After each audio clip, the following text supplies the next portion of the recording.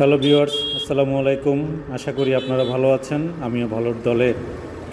আজকে আমি আপনাদের সঙ্গে একটা তথ্য শেয়ার করব। সেটা হলো, আপনি চিটাগং রোড, নারায়ণগঞ্জ সাইনবোর্ড থেকে ঢাকার উদ্দেশ্যে রাত্রে কখন নিরাপদে রওনা করতে পারবেন, বা হাতে সময় নিয়ে কখন রওনা করতে হবে, বা কত সময় নিয়ে রওনা করলে আপনি সঠিক সময়ে যেতে পারবেন। কারণ এখান থেকে রাত 9টার পরে আপনি যদি যেতে চান মেয়রহানি ফ্লাইওভারের উপর দিয়ে, তাহলে আপনাকে প্রচুর জ্যাম মুখে নিয়ে যেতে হবে। কারণ রাত 9টা থেকে প্রচুর সংখ্যক কাভার ভ্যান, ট্রাক, গাড়ি, এই সকল ট্রান্সপোর্টের মুভমেন্টটা অনেক বেশি থাকে। কারণ ঢাকার বাইরের যে জেলাগুলো আছে, বিশেষভাবে চট্টগ্রাম এবং সিলেট, এই অঞ্চলের যতগুলো ট্রাক, কাভার ভ্যান আছে, সবগুলো এই সময় এসে ভিড় করে। কারণ রাত 10টার আগে তো ঢাকার উপর দিয়ে বা ঢাকার ভিতরে কোনো ধরনের ট্রাক, কাভার ভ্যান চলাচল করতে পারে না।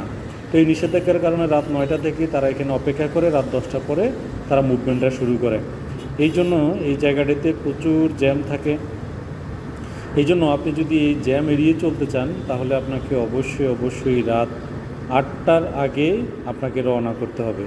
আপনি যদি রাত 8টার আগে রওনা করতে না পারেন, তাহলে ধরেই নিতে হবে আপনাকে এখানে অনেক সময় লাগবে। সেটা 2 ঘন্টাও হতে পারে, 3 ঘন্টাও হতে পারে। প্রচুর জ্যাম থাকে, তারপরে রাস্তায় ধুলাবালি। তো এটা একটা অস্বস্তিকর ব্যাপার, বিশেষভাবে বাইক রাইডারদের জন্য।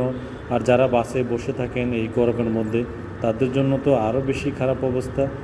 তো আশা করি আপনারা রাস্তা যখন মুভমেন্ট করবেন, আপনারা যখন ঢাকার উদ্দেশ্যে রওনা করবেন, মেয়রহানি ফ্লাইওভারে উঠবেন, তখন কিন্তু আপনাকে সতর্কতা অবলম্বন করতে হবে। মাঝে মধ্যে এমন হয়, দেখা গেল যে মেয়রহানি ফ্লাইওভার থেকে শুরু করে চিটাগং রোড পর্যন্ত জ্যাম হয়ে থাকে।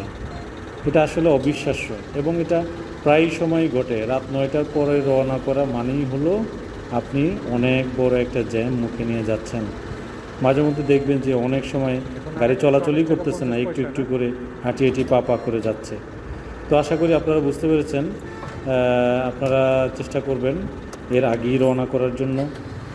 এই জ্যাম এড়ানোর জন্য কিন্তু কয়েকটি ইউলুপও তৈরি করে দেওয়া হয়েছে। আপনি দেখবেন মাতুয়াইলের ওই পাশ দিয়ে একটা ইউলুপ করা আছে। এদিকে সাইনবোর্ড সিগন্যাল থেকে যাত্রাবাড়ির দিকে, সাইনবোর্ড সিগন্যাল থেকে আপনার চিটাগং রোডের দিকে যেতেও একটা ইউলুপ পড়বে, আপনার হলো মৌচাক। এই ইউলুপগুলো করার উদ্দেশ্য হলো যেন জ্যাম কমে আসে। তো জ্যাম কমার জন্য কিন্তু গভর্নমেন্ট সর্বাত্মক চেষ্টা চালিয়ে যাচ্ছে।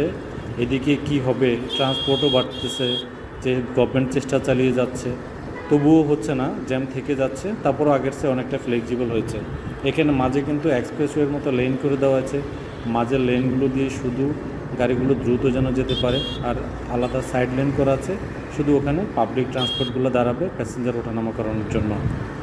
তো আশা করি আপনারা যখন ঢাকার উদ্দেশ্যে রওনা করবেন রাতের বেলা, তখন অবশ্যই সেটা যেন রাত 9টার আগে হয়। রাত 9টার আগে হলে আপনি নিরাপদে সময় মতো আপনি আপনার গন্তব্যস্থল এবং অথবা আপনার কর্মস্থল, যেখানেই বলেন না কেন, আপনি সেখান থেকে ফিরতে পারবেন এবং আপনি যেতে পারবেন। এই অভিজ্ঞতা আমার নতুন নয়, আমি প্রায় সময় দেখেছি। এছাড়াও আমি দেখেছি যে আমি যদি দেখি এখান দিয়ে প্রচণ্ড জ্যাম, তাহলে আমি স্টাফ কোয়ার্টার দিয়ে যখন ঢাকায় ঢোকার চেষ্টা করি, সেখান দিয়েও একই সমস্যা। কারণ ওখান থেকে সিলেটের কিছু কভার্ড ভ্যান আসে, ট্রাক আসে, ওখান দিয়েও প্রচুর জ্যাম থাকে। তাছাড়া ওখান দিয়েও আপনার রাস্তায় কাজ চলছে এবং রাস্তাঘাটের অবস্থাও ভালো না। সব মিলিয়ে এই রোডটাতে চাপটা একটু বেশি থাকে।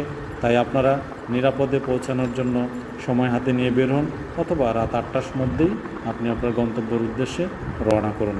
ধন্যবাদ, ভালো থাকবেন। ভিডিওটি ভালো লাগলে লাইক, শেয়ার এবং সাবস্ক্রাইব করে পাশে থাকুন। ধন্যবাদ। আসসালামু আলাইকুম।